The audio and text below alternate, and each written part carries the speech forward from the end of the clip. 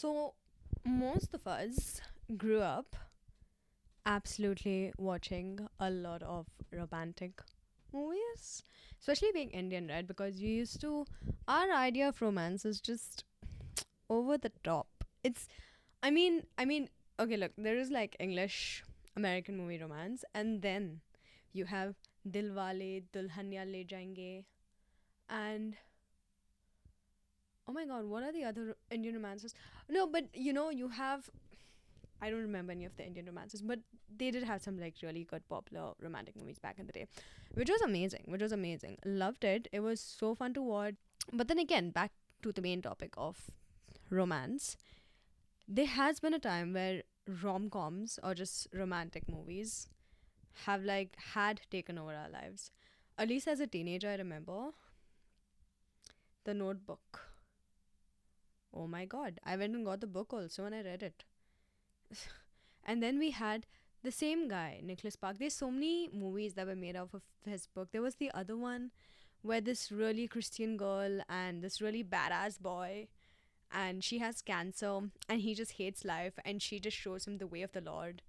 And she, sort of tells him the whole love is patient, love is kind, love is all of those things, okay, whatever. And the way I used to romanticize that shit, I'd be like, may love like this find me. I mean, let's be real, okay? Like, everyone did it. Everyone did. Please tell me everyone did this, because there's no way that it could have just been me.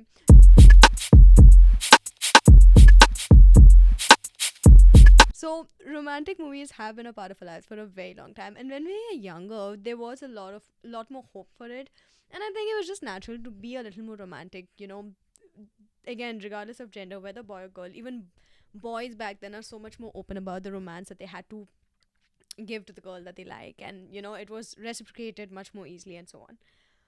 But then you grow up, okay? So it's either one of the two, which one I'm pretty sure of.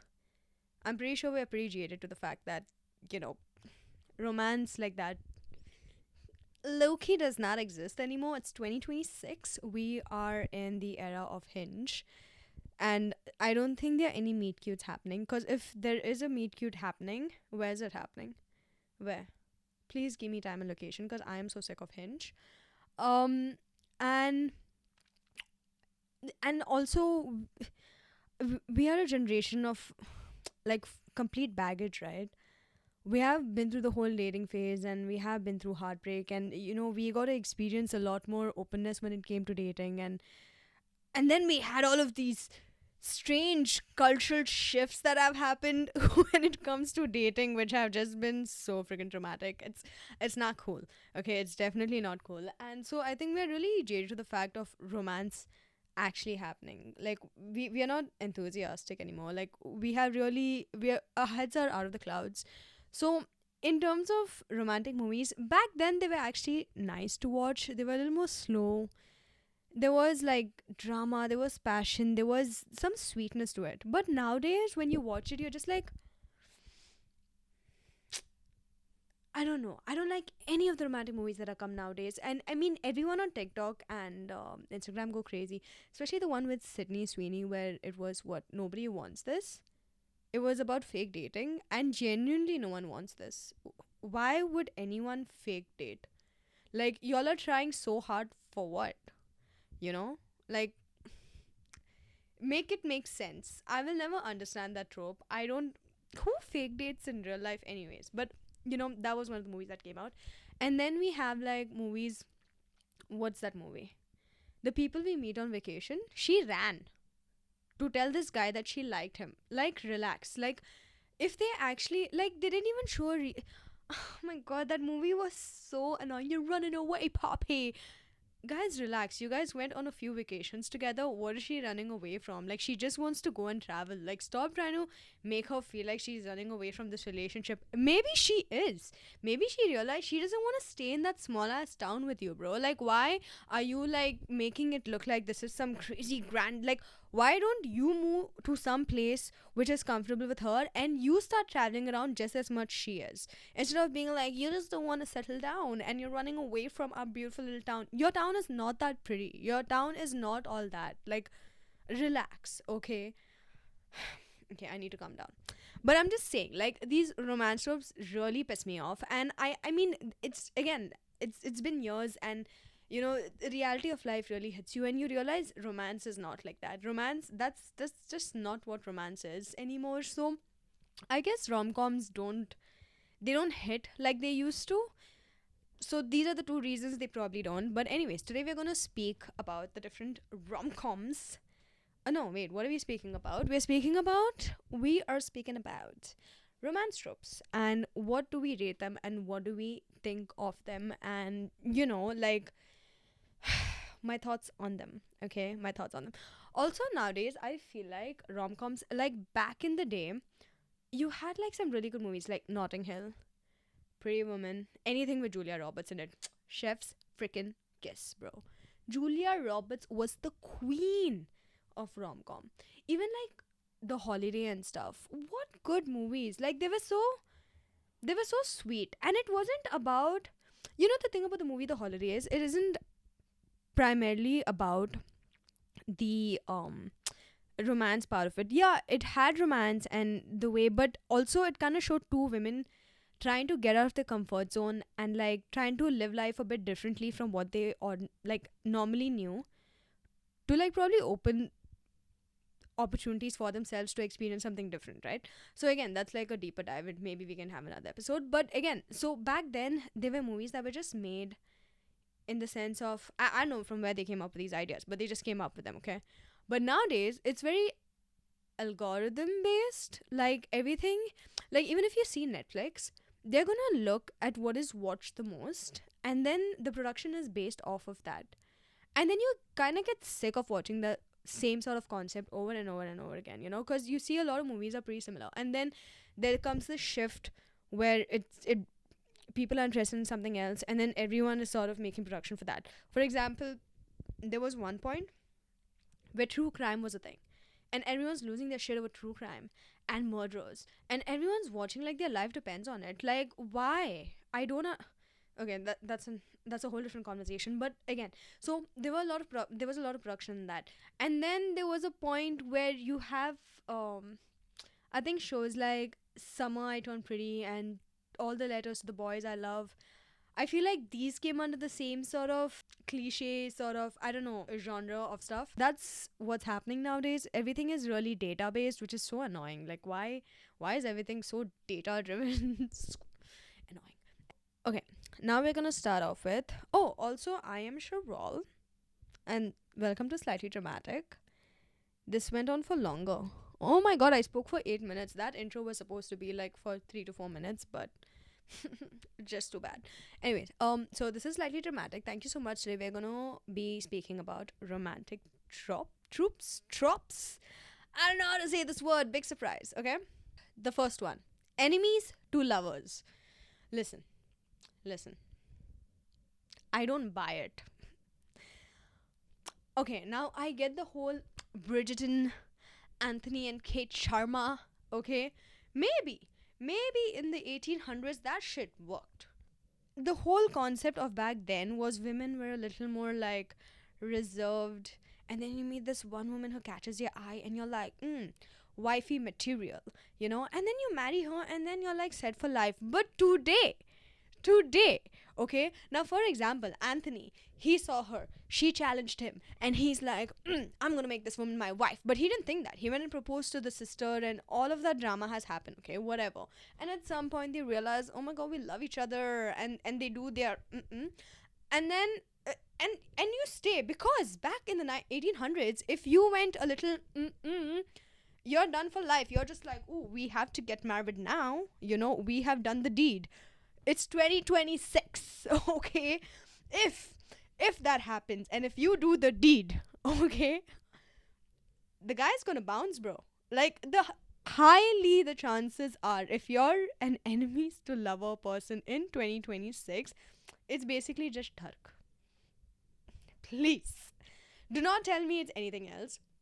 That's exactly what it is. And then once mission has been accomplished, it's you're just like, oh, it was nice not knowing you at all and having this tension and like getting this tension out of the way, but I'm gonna bounce and probably never see you again. So I don't buy it in 2026. It's not a thing. It's absolute bullshit. Okay. So it's, I mean, I love the Britain, Anthony and Kate Sharma, because again, the whole show is to like just get us girls like, oh my god, yearning. Oh my god, this man, the way he's looking at her. Listen, please. Okay, please. Okay, next one is friends to lovers. I like it, but I don't see it happening that way.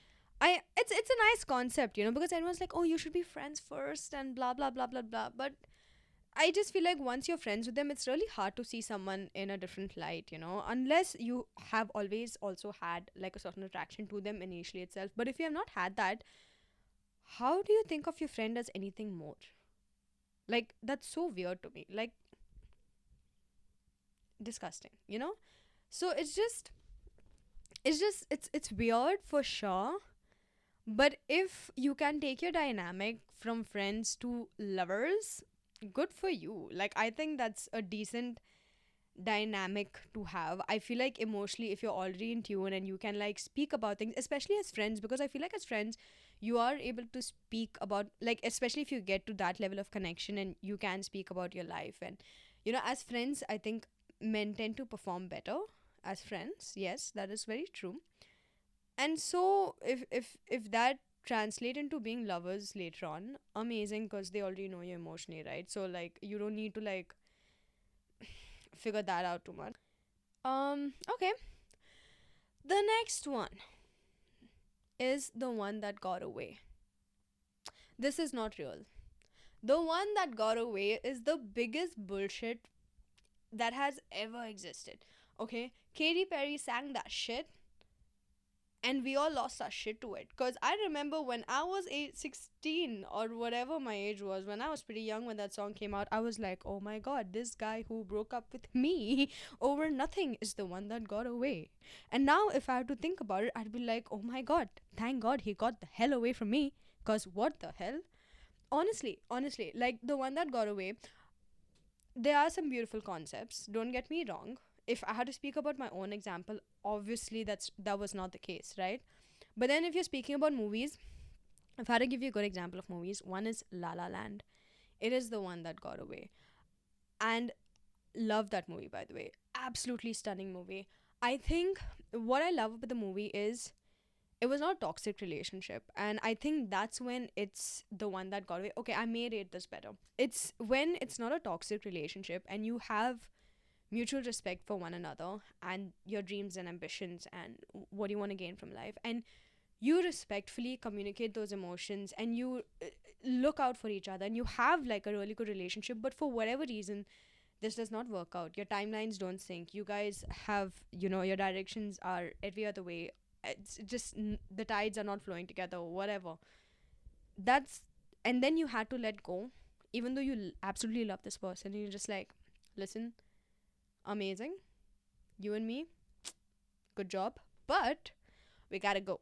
This is not gonna work out for us, So La La Land is an amazing example of that, because they genuinely loved each other.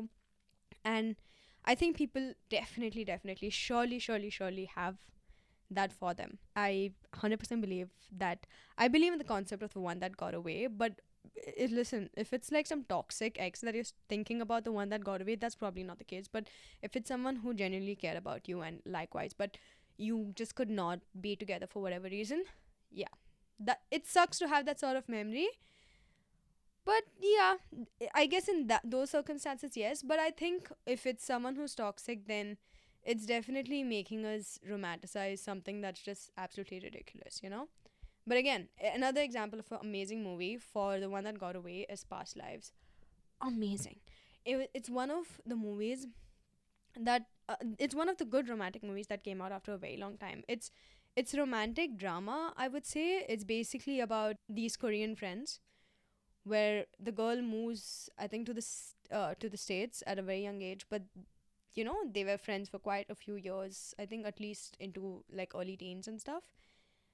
And after a couple of years they connect, and he can only speak in Korean, she can speak in English and Korean, and he decides to come to the States and meet her, and she already has like a husband and stuff, and they get on, they're talking, and it's such an amazing movie that really shows the one that got away. Like, he's not meant to be in your life, but in a way it's the one that got away. And the way they shot the movie, the way their interaction is, the way those moments of silence, the little moments that they have got between these actors, absolutely amazing. 10 out of 10, I would say watch it. Okay, guys, the next one. Fake dating. For what? If you have to try so hard to fake date, just date. Make it make sense. Like, nobody wants this. What was the reason? It's like you're just looking for a reason to sort of be dating, so you're just like, we will fake date. Who? What makes you think the people around you give two shits? And also, who does this in real life? I know I have not heard anyone who does this in real life, okay? But if there have been people who have been doing this in real life, oh, why? State your reasons in the comments. Why are you guys fake dating? What is the reason? How do y'all have so much time to fake date? Why don't y'all just date? Make sense. Okay. The next one. Love at first sight. Okay, you know what? The example they're given here is Before Sunrise. I don't believe that's love in first sight, okay? That's definitely attraction in first sight and all of that, but that is not a good example of a love at first sight movie. There is definitely a lot of romance. It's just attraction. It's not love, okay? I don't believe in love at first sight. I believe in attraction in first sight. You find someone super attractive and you're just like, nice. First sight, very nice. Love it. But it's very chemistry driven. It's very curiosity driven. And sometimes, let's say this love at first sight, attraction at first sight happens, and then you get to know the person and you're just like, damn, you're kind of a loser. So I don't believe in love at first sight. Attraction, maybe. And respectfully so, like, if two amazing people meet and they are able to, like, get that attraction on board and, like, snowball that into a relationship and love and stuff, amazing, good job. But does it happen? No. Okay, next one. Okay, you know what? I like this one. I love this one. I mean, I have opinions about this, of course. It's the slow burn. I think personally, I myself am a slow burn sort of girl. Okay? If I tried. But I need to try to be a slow burn. But I don't mind a slow burn. I don't mind. It's also okay, personally, I'm a very guarded person. I take time to, like, open up with a person. So I can only hope that the person with me is quite patient in terms of that. But also, if this is a slow burn, at the same time that I'm getting to know the person, I need the reassurance that you're getting to know me just as much as well. Because if there's that sort of ambiguity, I don't like it. Like, it's just like, listen, what are we doing here? Like, I need to know, like, what's up here. That's the sort of slow burn that I want. Like, I need to know that you're actually interested in me, or that there is, like, you're trying to, like, make a connection with me, or you're trying to, like, get to know me more.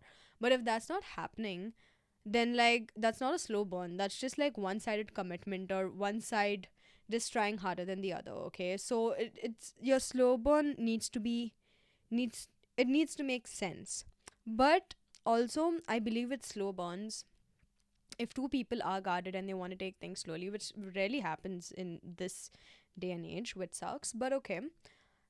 I think it's a nice way to experience someone. I definitely think the more you talk to someone, the more comfortable you become, and the more you're able to have certain conversations, which are very important to have for certain people. I mean, I know a lot of people who can do without, like, an emotional outlet or whatever.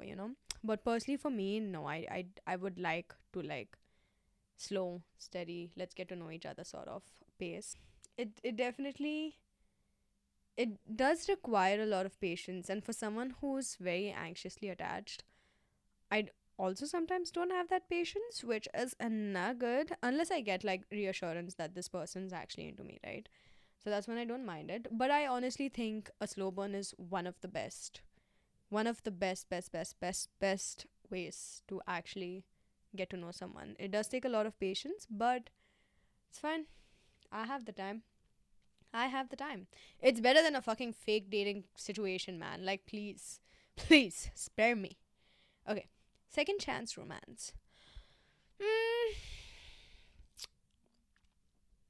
it depends. Look, a second chance romance, the examples they given you is Blue Valentine. Do remember watching Blue Valentine, but I don't think it was second chance. It was quite a messy movie. I didn't like it personally. I mean, I get what they were trying to show, but it's not like something I would like ever watch again. The second chance romance is The Notebook. The Notebook is a bit extreme, huh? Like, they're just going crazy and they are just like crazy passionate or whatever. I think second chance romances can exist. Uh, Sorry, the PTSD has hit. Because sometimes when I'm speaking about these things, I'm relating it to instances in my own life, right?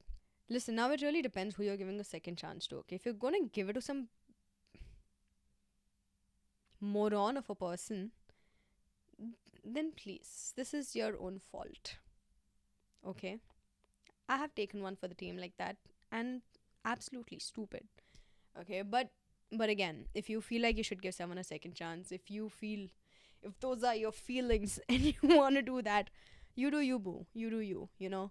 Either way, lesson will be learned if it has to be. But I think it really depends on the instance. Now, if you guys are messed up and you all broke up when you were younger for like the wrong reasons or whatever, then if you had to give a second chance, which I don't think is impossible, if you had to give a second chance, then you have to have your heart has to be on that table.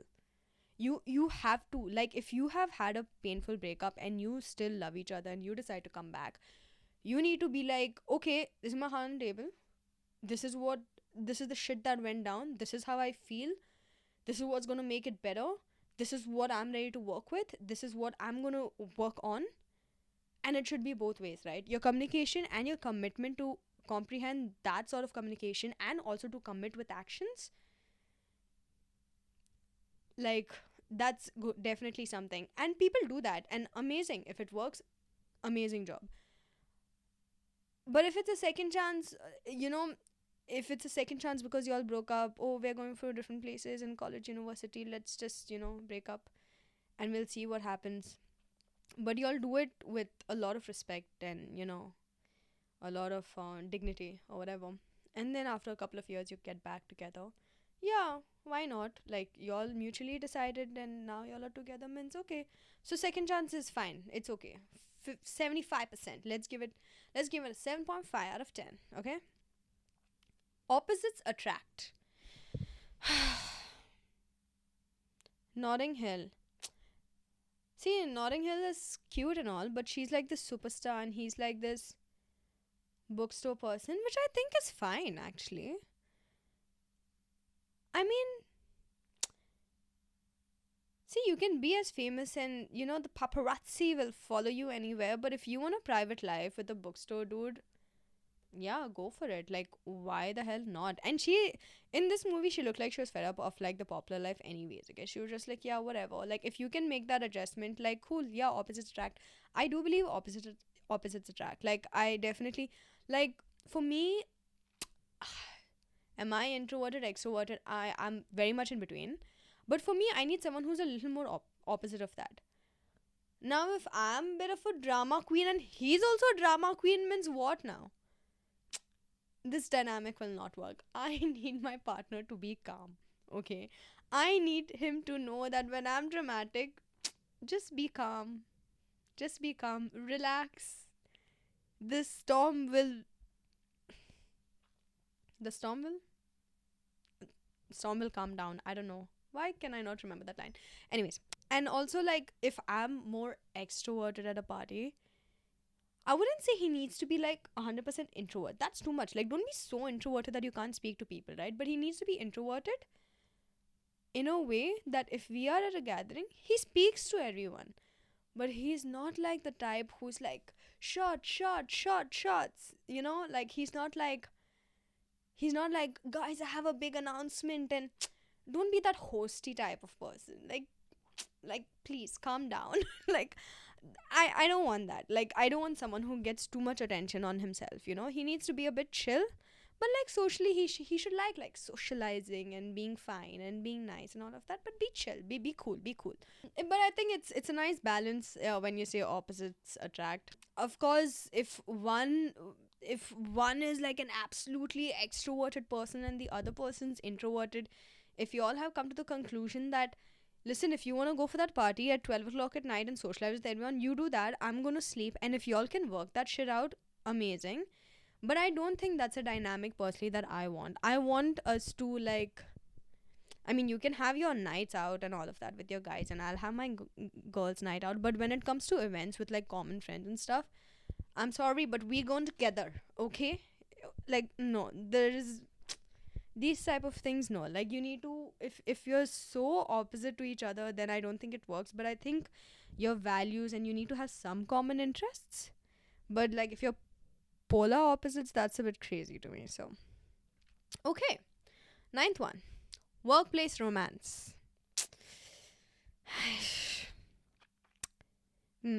Interesting. Workplace romance, I think it's fine. But but listen, it can't be your boss, okay? And it can't be someone in your team. It may happen, you're in the same proximity and all of that, you're talking every day. It may happen. But also, I just feel like, okay, if I had to speak about this from like a very woman's perspective, like especially in your beginning years of your career, right? Imagine you get into your career and you're amazing, you're doing all of these things, and you get this promotion and this and that. At the same time, you are, having your workplace romance with your boss. And people come to know. Like, people notice these things. People are not stupid. Okay? And then all of your credit goes to, oh, she's getting all of this because she's with the boss. You don't want that shit for you, bro. As a woman, absolutely not. I will not let something like that discredit my work. How dare anyone does that? And how dare I let that happen to myself? It's never happened to me. But I just feel like general rule, not your boss, not anyone who's in the same team as well, because oh my god, I could never deal with attention, especially if it went bad or it just went like really awkward. Like, I think it would mess with my mood for like at least some time, till like it becomes normal and just like, oh wait, okay, whatever. But I think if this person's in a whole different team, you would see, if it went bad, you would see them every other day. Also, don't do it for fun. Like, if there's just tension for no good reason, and you're just like, fun, please do it for the plot anywhere else but your workplace, okay? Like, just please take the plot somewhere else. Like, don't shit where you eat. If you genuinely do want to get to know someone at work, I think you should, like, go for it. To be honest, everyone's like, oh my god, work life, blah, blah, blah. It really sucks. But also, like, if you're genuinely interested in someone, I think you should just ask them for coffee and you should see where it goes. If it doesn't go anywhere, just too bad, boo. But like, if you're gonna do it for fun and like nothing serious, then it's just not worth it. So your workplace romance is, again, it's 50-50, but you need to be like quite smart about it, and just, take my advice very seriously for this, please. Okay. Unrequited love. No, absolutely not. 500 days of summer, no. And call me by your name. One-sided longing. Okay, actually, I don't know what this unrequited love actually means. What do you mean? But the examples of the movie is just too sad.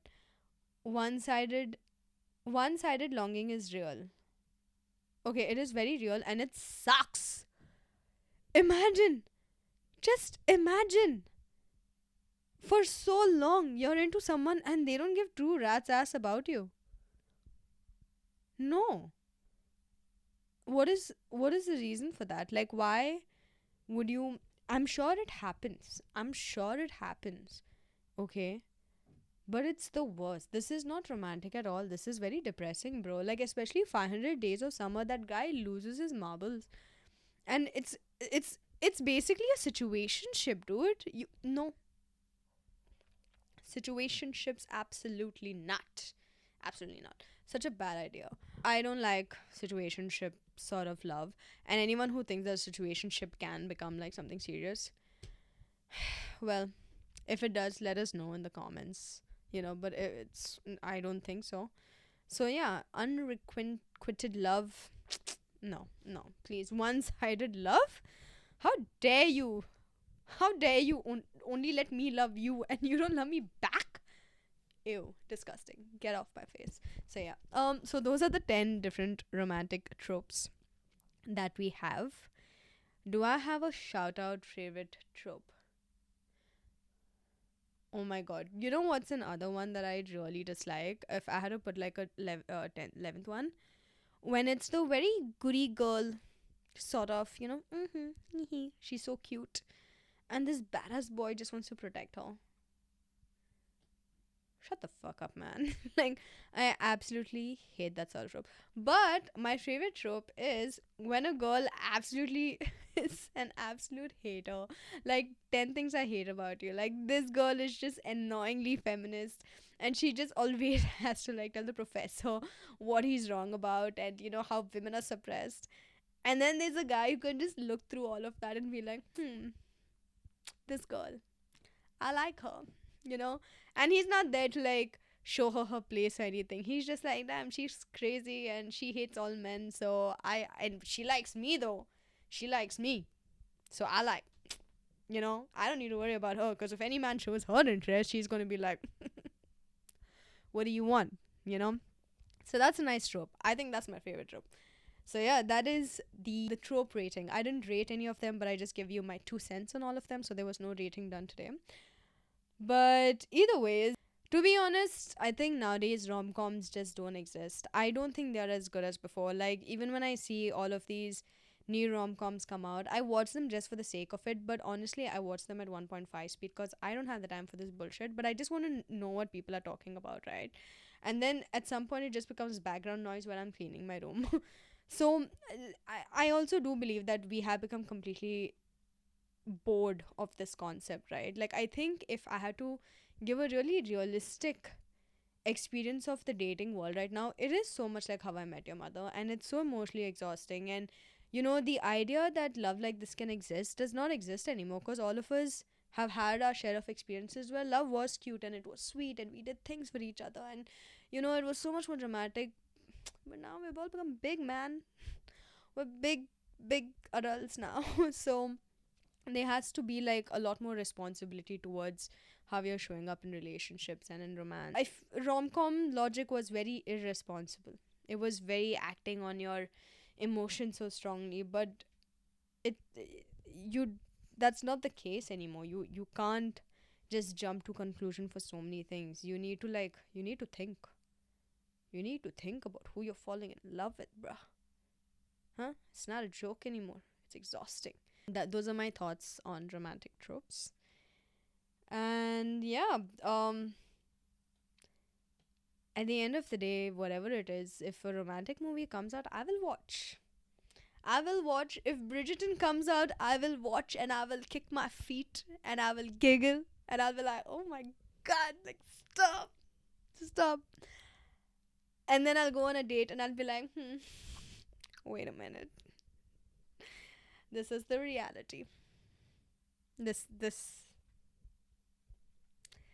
um a, a lot of concept of romance has changed. I think back then there was the concept of grand gestures, you know what, Heath Ledger dancing I love you baby, and if it's square, I love that song. I like that scene, it's cute. Or the dude with the boombox. And then there was that other one, I think Love Actually or something, where that guy comes out with this big board and he's like, and her husband's upstairs and he's like, babe, who is it? And then on the first board it's like, tell him it's Christmas car- car- carol carol singers. Yeah, I was gonna say carolers. Carol what? Yeah. Tell us people who sing carols or whatever. And then he plays like carol singing music. And then he's like changing the board. Please. Okay. So back then, that's what it is. But I think nowadays, real romance is between the communication and just getting some shit out of this person, like please communicate with me what you want, and if not, fine, bye. you know so yeah, it's changed a lot. Sucks, but it's okay.